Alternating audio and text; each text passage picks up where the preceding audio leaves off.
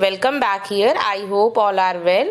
And now today your lecture number 2 student, climate. Now let's start.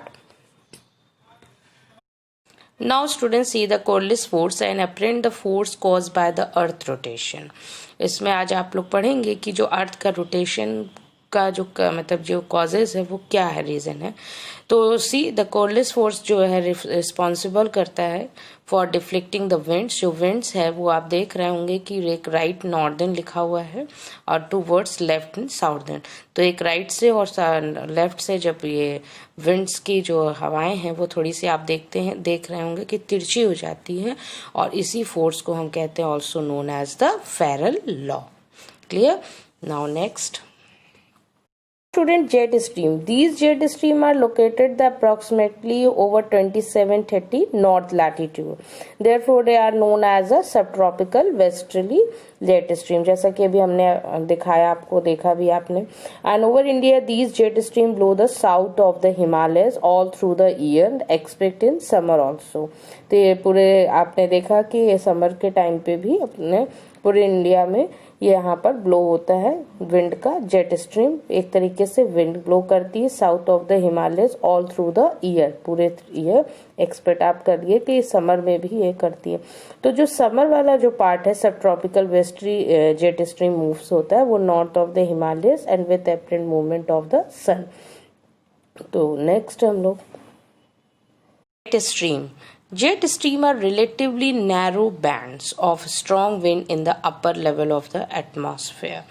तो सीधा आप देख सकते हैं जो पोलर से पोलर जेट स्ट्रीम और एक सब tropical jet stream.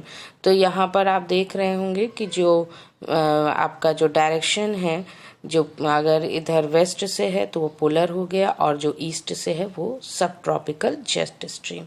Now let's see. I am already discussed the jet stream. Upper air circulation होता है इसमें. तो अपर air circulation of the Indian subcontinent is dominated by a westerly flow which govern by the jet stream, जैसा कि अभी हमने आपको दिखाया.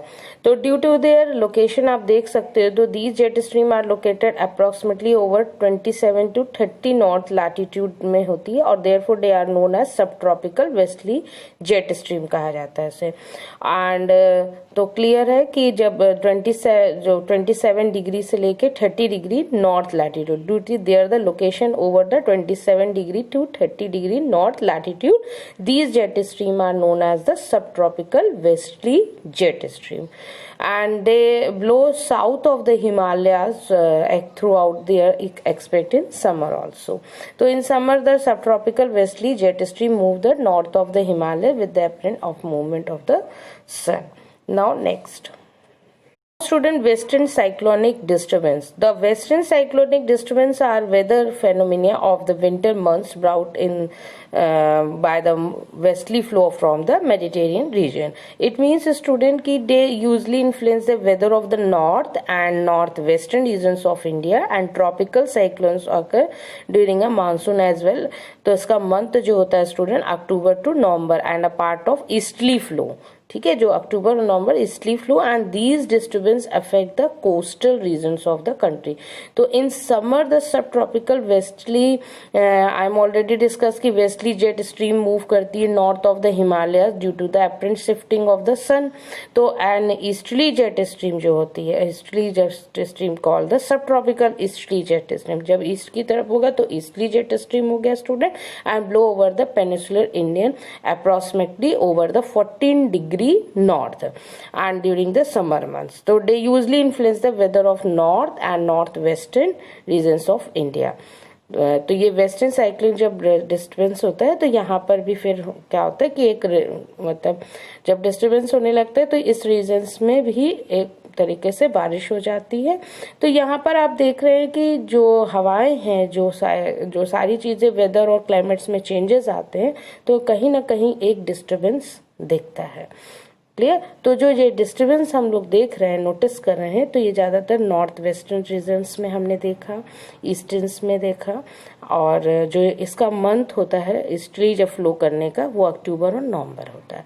तो इसको हम कहते हैं tropical cyclones. Now Now student, Indian monsoon. The climate of India is strongly influenced by monsoon winds, and the sailor who came to India in historic times were one of the first to have noticed the phenomena of the monsoon.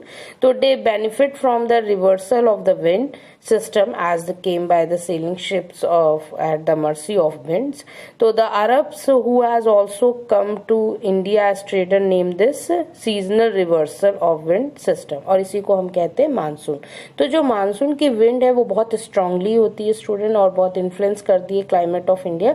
तो monsoon का हमने ये experience देखा है, जो tropical area होती है वो बहुत रफली होती है, तो 20 डिग्री उस between the 20 degree north and 20 degree south. तो द वर्ड जो मानसून ड्राइव करता है वो फ्रॉम द अरबिक वर्ड्स है मौसम, एंड विच लिटरली आप ये समझ लीजिए कि मीन्स सीजन, और monsoon refer to the seasonal reversal होती है in the wind direction during a year. और फिर हम लोग नेक्स्ट अभी क्लास में पढ़ेंगे कि मैकेनिज्म कैसे मानसून का वर्क कैसे अंडरस्टैंड हम लोग देखेंगे, कैसे लो प्रेशर और कैसे लैंड से हाई प्रेशर से किस तरीके से आईटीसी जेट का हम लोग पोजीशंस देखते हैं, कैसे चेंजेस होता है। तो आपको ये क्लियर हो गया होगा कि जो वर्ड है मानसून वो ड्राइव करता है अरबिक वर्ड से मौसम, और मौसम मीन्स जस्ट सीजन, और monsoon refer to the seasonal reversal होता है student, seasonal reversal in the wind direction during a year. तो हम ये अब इंडियन मानसून की जो डिग्री है ये क्लियर रखिए, 20 degree north and 20 degree south का हम लोग एक्सपीरियंस देखेंगे वहां से वहां तक कि किस तरीके से वो अपना वर्क करती है, किस तरीके से चेंजेस करती है, क्या प्रेशर होता है, क्या कंडीशन होता है, जिस इफेक्ट से हम देखते हैं कि बारिश होती है। नाउ नेक्स्ट क्लास में हम लोग इसको पढ़ेंगे। Thank you student.